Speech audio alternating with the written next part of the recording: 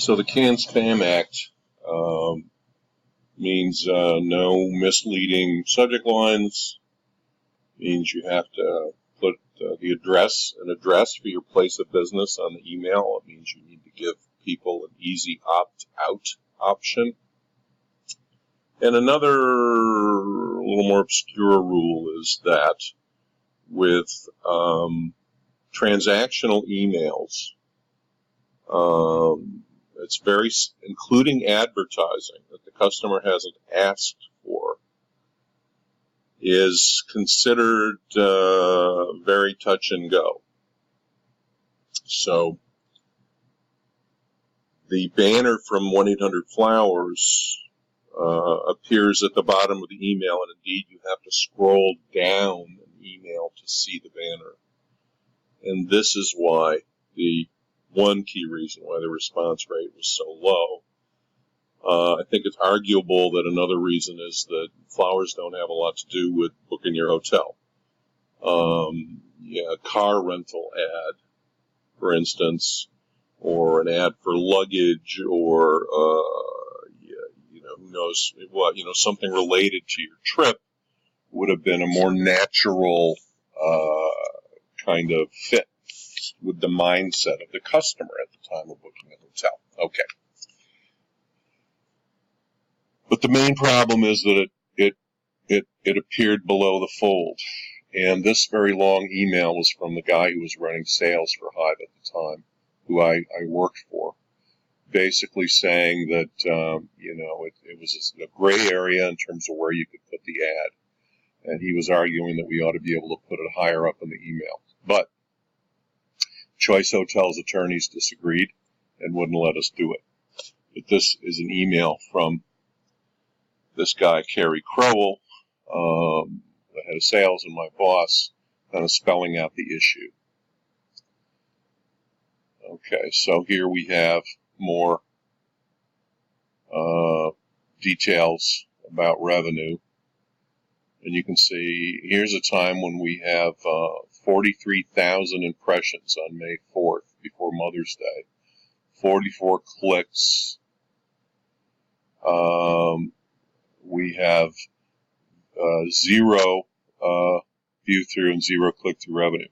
But on the next one, well, look a little farther down. You see on May 9th, 145,215 impressions, 86 clicks, 6 view-through conversions, 2 click-through conversions. View-through revenue, $381, and click-through revenue, $169. So this was what was actually happening. So lots and lots, 100,000 impressions, and you make $500. Clearly not successful. And here's some more of it, of the numbers.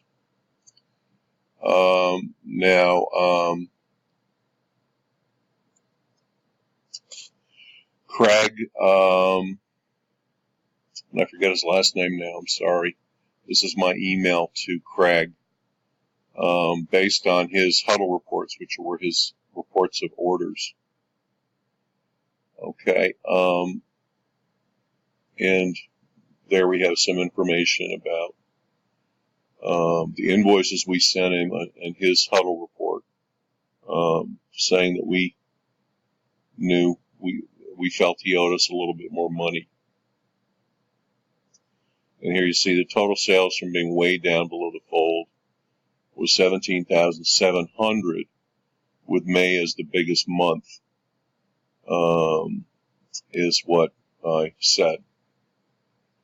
Now, this is Craig Schifrin, is his name. He's a nice, reasonable, smart guy, running all the interactive programs at 800-Flowers.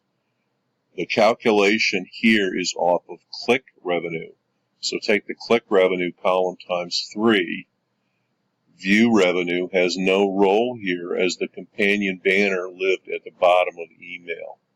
It was always built as a 3-to-1 click return of sales. Can we update things accordingly? So he did not want to pay on the view-through revenue. He did not want to pay on the off-email multiplier, only on the click revenue. And so we went back and forth on this.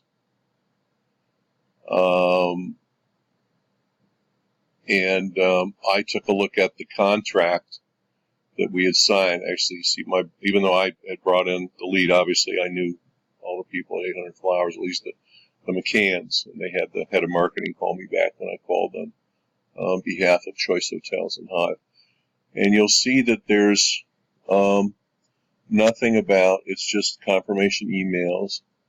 Revenue share is measured by tracking, and there's 3-to-1 revenue, so we're going to get a third of the revenue. So there's nothing in here about click-through and view-through in the contract. So when I questioned Craig, he said, well, what we had specifically discussed with Carrie when setting this up, see attached emails. And Carrie had said, you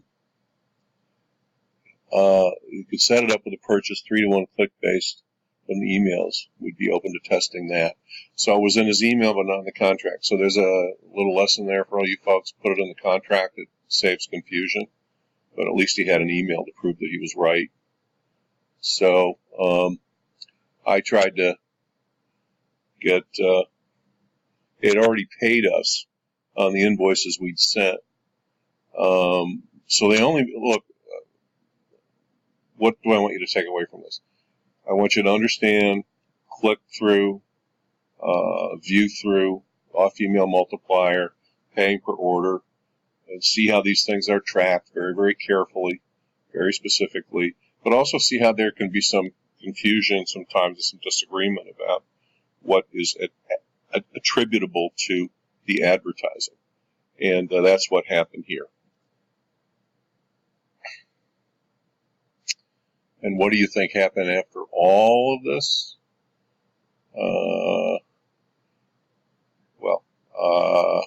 I left Hive pretty soon after that. So, you know what? I never really found out.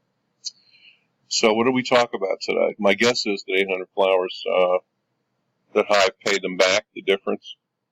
But that 800 Flowers had a pretty bad taste about working with Hive, if for no other reason that the results were so low, number one. And number two, that Hive went in, and I did on the insistence of my management, and asked for a guarantee on something that had never been tested. So it hurts credibility when you approach a client like that.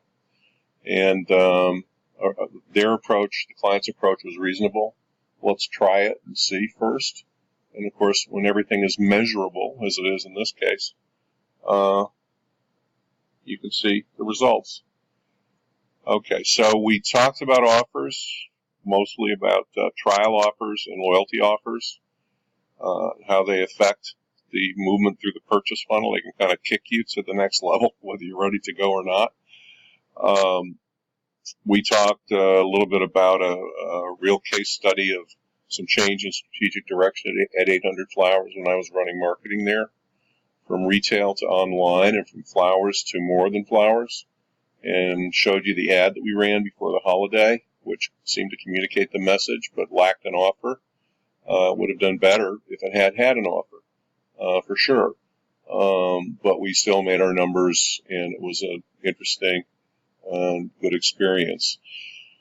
Then showed you the case study from just a year ago with Hive and Choice Hotels and the 800 Flowers reservation confirmation email.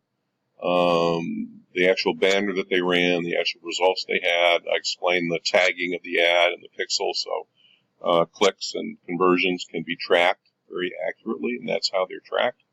And that because of the ad appearing way below the fold, it had very bad results, and there was some confusion about click-through and view-through revenue. So overall, I think we have discussed offers pretty thoroughly. We've discussed measurement, and hope you agree. And that's the end of our class.